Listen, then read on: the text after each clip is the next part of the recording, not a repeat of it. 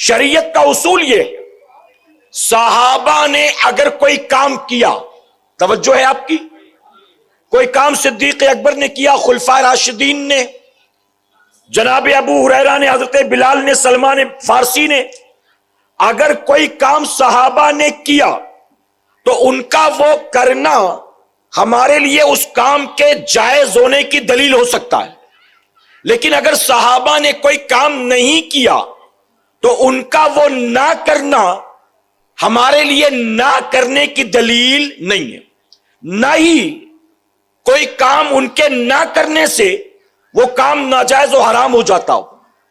آئی بات سمجھ میں آپ کے؟ اگر صدیق اکبر نے کوئی کام کیا، عمر فاروق اعظم نے، عثمان غنی نے، مولا کائنات نے کوئی کام کیا تو ہمارے لیے دلیل ہے کہ انہوں نے کیا تھا تو ظاہر ہے کہ یہ کام جائز ہے، لیکن اگر انہوں نے وہ کام نہیں کیا تو ان کے نہ کرنے سے وہ کام ناجائز نہیں ہوتا۔ شریعت کا یہ اصول ہے۔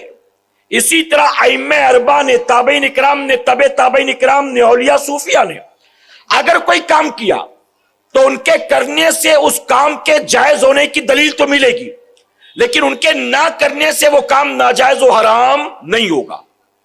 آگے بات سمجھ میں آپ کے؟ مثال کے طور پر جو کہتے جھنڈے لگائے تھے صدیق اکبر نے، چراغاں کیا تو عمر فاروق اعظم نے، جلوس نکالا تو عثمان غنی نے، کیا بتاؤ یہ سب کچھ مولا کائنات نے کیا تھا؟ میرے پیارے آقا کے پیروانوں، ہم کہتے ان کے لیے صدیق اکبر نے، عمر فاروق اعظم نے، تمام صحابہ نے، اور بھی ہزاروں کام ایسے ہیں جو نہیں کیے تھے، وہ تم بھی کر رہے ہو، ہم بھی کر رہے ہیں، اور اس میں کسی کو کسی طرح کا کوئی اعتراض نہیں ہے، کسی کو کسی طرح کا کوئی اعتراض نہیں۔ میرے پیارے آقا کے پیروانوں، بتائیے کسی صحابی نے زندگی میں کبھی ایک بار بھی آئس کریم کھایا تھا؟ پھر آئس کریم کھاتے وقت یہ کیوں نہیں کہتے کہ صحابہ نے نہیں کھایا تھا تو ظاہر ہے کہ جائز نہیں ہوگا کھانا؟ کسی صحابی نے بتائیے نوڈلز کھایا تھا، پاستا کھایا تھا، برگر کھایا تھا، اڈلی کھایا تھا، وڑا کھایا تھا، کسی صحابی نے کولڈ ڈرنک پیا تھا، کیک کھایا تھا؟ یہ تمام صحابہ سے ثابت نہیں، تو کیا کہیں گے چونکہ ان سب نے نہیں کھایا تو اس کا کھانا ناجائز ہے؟ آپ کہیں گے؟ میرے پیارے آقا کے پیروانوں، ان کے کرنے سے اس کام کے جائز ہونے کی دلیل تو ملے گی، لیکن نہ کرنے سے وہ کام ناجائز و حرام نہیں ہوگا۔ لوگ کہتے ہیں کہ ہم دین کی بات کر رہے، دین کی، یہ کھانے پینے کی بات کہاں سے لے کر آ گئے آپ؟ یہ سموسے، وڑے، آئس کریم اور کیک کی بات کہاں سے لے کر آ گئے؟ ہم دین کی بات کر رہے ہیں، تو ہم کہتے ہیں چلو دین ہی کی بات کر لو۔ جس طرح سے ہم قرآن آج پڑھتے، یہ پہلا پارہ، یہ دوسرا پارہ، یہ تیسرا پارہ، آج ہمارے پاس قرآن شریف جو 30 پاروں کی شکل میں موجود ہے، کوئی بڑا سے بڑا مولوی کسی بھی فرقے سے تعلق رکھتا ہو ثابت کر کے بتا دے کہ اس طرح سے صحابہ کے دور میں قرآن 30 پارے میں موجود تھا، ثابت کر کے بتاؤ۔ اب اس سے بڑا بھی کوئی دین ہو، دین کی بات ہوگی؟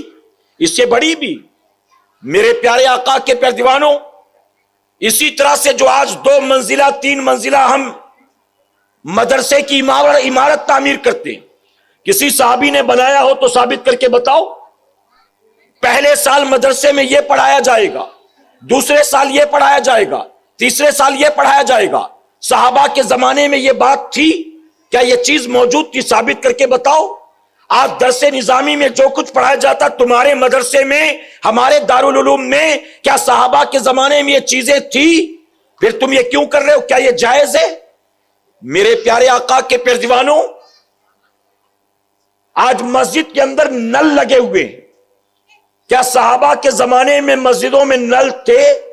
سرخ رنگ کے کارپیٹ تھے، پنکھے لگے تھے، ایئر کنڈیشن لگے تھے؟ یہ ساری چیزیں بھی تو ان سے ثابت نہیں ہے، تو پھر یہ تم بھی کرو ہم بھی کریں تو جائز؟ اور میلاد خالی سنی منائے، 11ویں خالی سنی منائے، ڈیک خالی سنی کرے تو جائز نہیں؟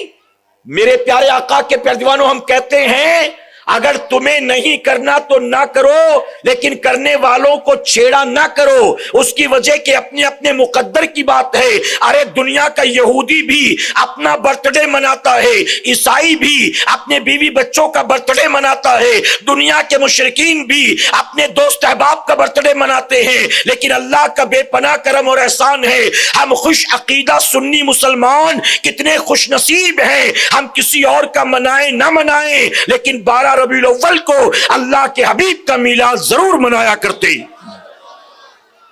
نثار تیری چہل پہل پر ہزاروں عید ربیع الاول، نثار تیری چہل پہل پر ہزاروں عید ربیع الاول، سوائے ابلیس کے جہاں میں سبھی تو خوشیاں منا رہی تھی۔